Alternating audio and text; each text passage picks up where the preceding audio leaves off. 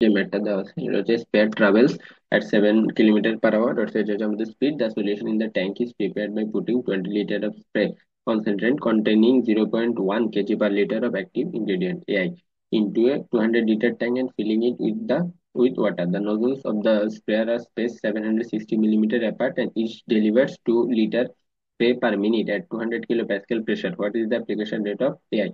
এখন আমাদেরকে বলা আছে কি যে অ্যাপ্লিকেশন রেট বের করতে এআই, তো আসলে আগে এআই কতটুকু আছে আমরা সেটা বের করি। এখন আমাদের 20 লিটার, এর মধ্যে বলছে এআই আছে 0.1 kg/লিটার। তাহলে অর্থাৎ আমাদের টোটাল যে এআই কন্টেন্ট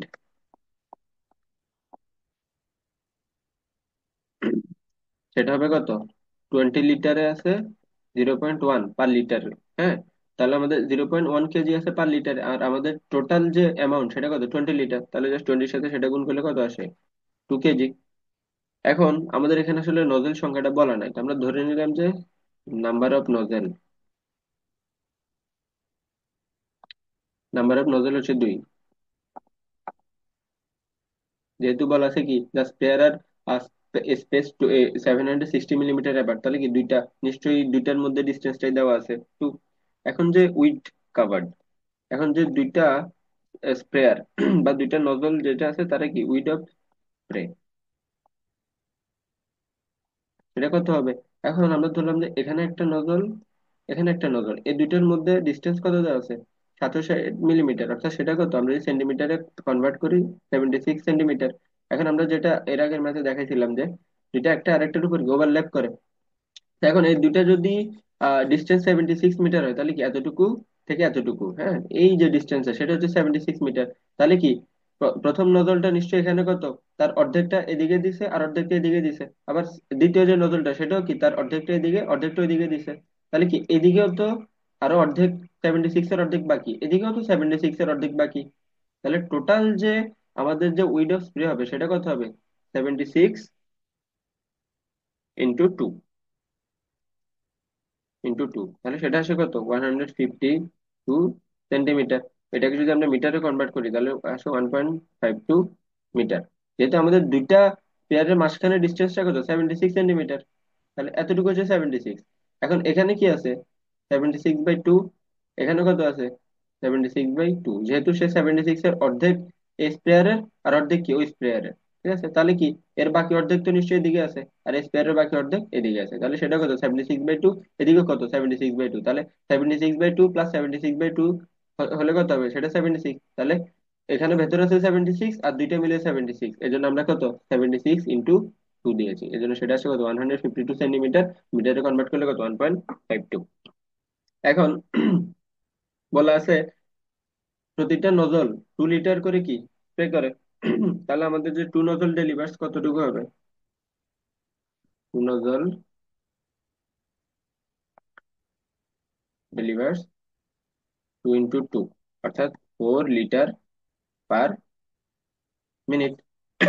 এখন আমাদেরকে যে টোটাল ট্যাঙ্কটা দেওয়া আছে, টোটাল ট্যাঙ্ক দেওয়া আছে কত? 200 লিটার। তাহলে টোটাল ট্যাঙ্কটা খালি করতে আমার কতটুকু টাইম লাগবে? Time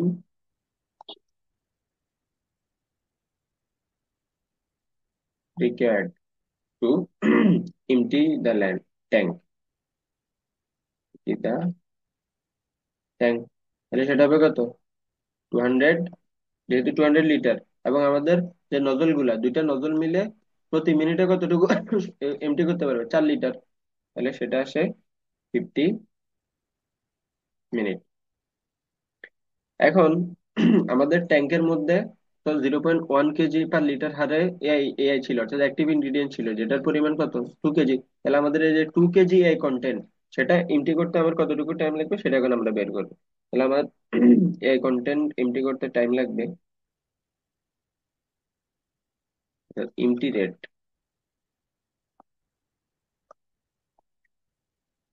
of AI. এখন আমার এআই দেওয়া আছে হচ্ছে কত? 2 কেজি, আর টাইমটা হচ্ছে 50 মিনিট। 50 মিনিট। এখন এটাকে যদি আমরা ঘন্টাতে ঘন্টাতে কনভার্ট করতে চাইলে কত? 60 মিনিট/আওয়ার। যেহেতু এটা কি মিনিট, তাহলে মিনিট মিনিট কাটা, এখান থেকে আমরা কত পাবো? 2.4 কেজি/আওয়ার। অর্থাৎ আমার যে এআই কন্টেন্টটা এমটি করার যে রেট, ঠিক আছে, এআই কন্টেন্ট এমটি করার রেট কত, 200 লিটার যে ট্যাঙ্ক থেকে, সেটা আসবে কত, 2.4 কেজি পার আওয়ার। এখন আমার যে স্প্রে ক্যাপাসিটি, আমরা জানি কি স্প্রে ক্যাপাসিটি, এখন আমাকে অ্যাপ্লিকেশন অফ কি, মেইনলি আমাকে বের করতে হবে কি application rate of AI.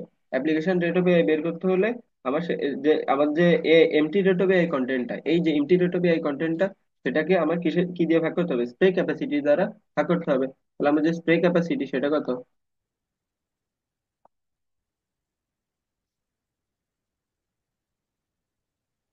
Spray ক্যাপাসিটিটা হচ্ছে W × S।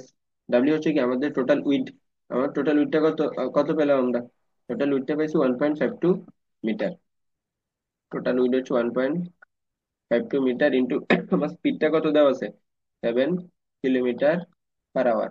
এখন আমরা বলছি যে এসব এই ম্যাথ গুলোর ক্ষেত্রে আমরা কি হেক্টরে কনভার্ট করে নিই। এখন হেক্টরে যদি কনভার্ট করি, আমার যদি উইডটা মিটারে আর স্পিডটা যদি কিলোমিটার পার আওয়ারে থাকে, জাস্ট 10 দ্বারা যদি ভাগ করি, তাহলে কি আমার সেটা হেক্টর পার আওয়ারে কনভার্ট হয়ে যাবে, 0.64 হেক্টর পার আওয়ার। আর যদি আমরা অন্য কনভেনশনাল ওয়েতে করতে চাই, তাহলে করতে পারবো 1.52 × 7 কিলোমিটার, ওটাকে কত 1000 দ্বারা গুণ করে মিটারে নিবে, এবং টোটালটাকে 10,000 দ্বারা যদি আমি ভাগ করি, তখন কি পুরোটা হবে হেক্টর পার আওয়ার। আমরা চাইলে যে কোনো প্রসেসে কনভার্সনটা করতে পারি, কিন্তু অবশ্যই আমাদের স্প্রে ক্যাপাসিটি কি হেক্টর পার আওয়ারে কনভার্ট করতে হবে।